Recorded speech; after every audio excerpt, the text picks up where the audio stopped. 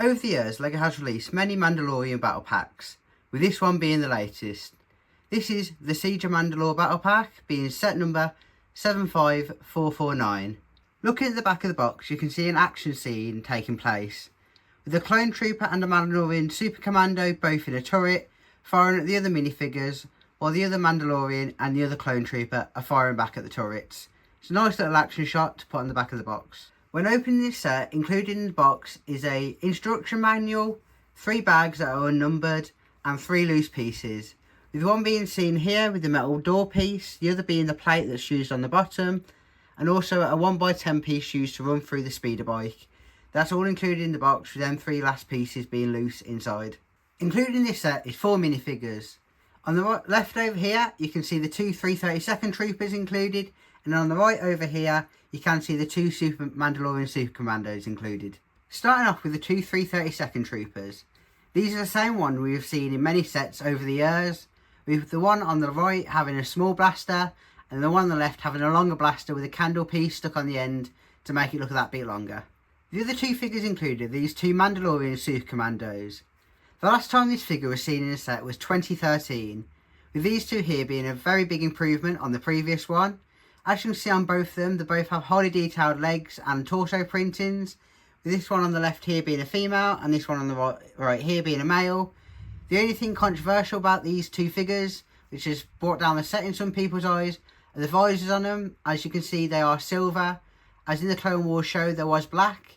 Personally, it's a change that I don't mind. I don't think it changes the figures that much. I think it does give them their own unique look, even though it's not like the same as it is in the show. Other than that though, they do have some amazing accessories with them. As if I turn the female figure around, you can see this is included on both of them. They both have jetpack pieces, and then the female here, she has the 2 blaster pieces, and the male on the right, he has a blaster, and then he also has this cool piece here that they've made to look like the shield for the Mandalorians in his hand.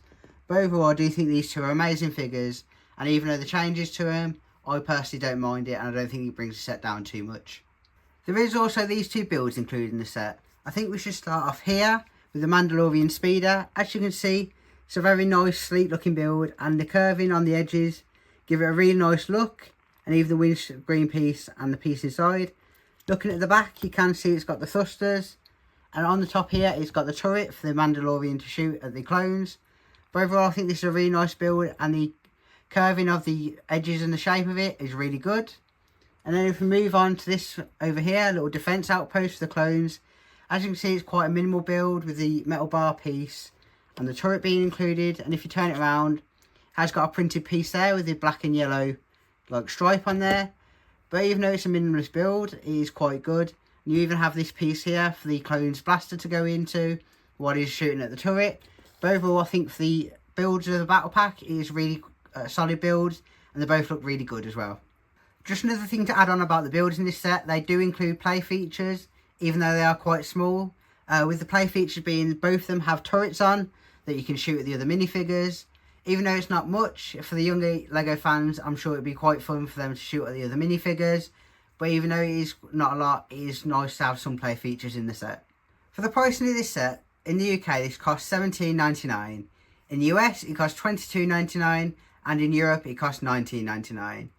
Which means in the UK, for the price per piece this set, as it does include 116 pieces, it is a 16 pence price per piece, which is a really good deal for a set, as it's close to the top range of what LEGO will offer in terms of their price per piece for sets. So overall, it does show the value of this set.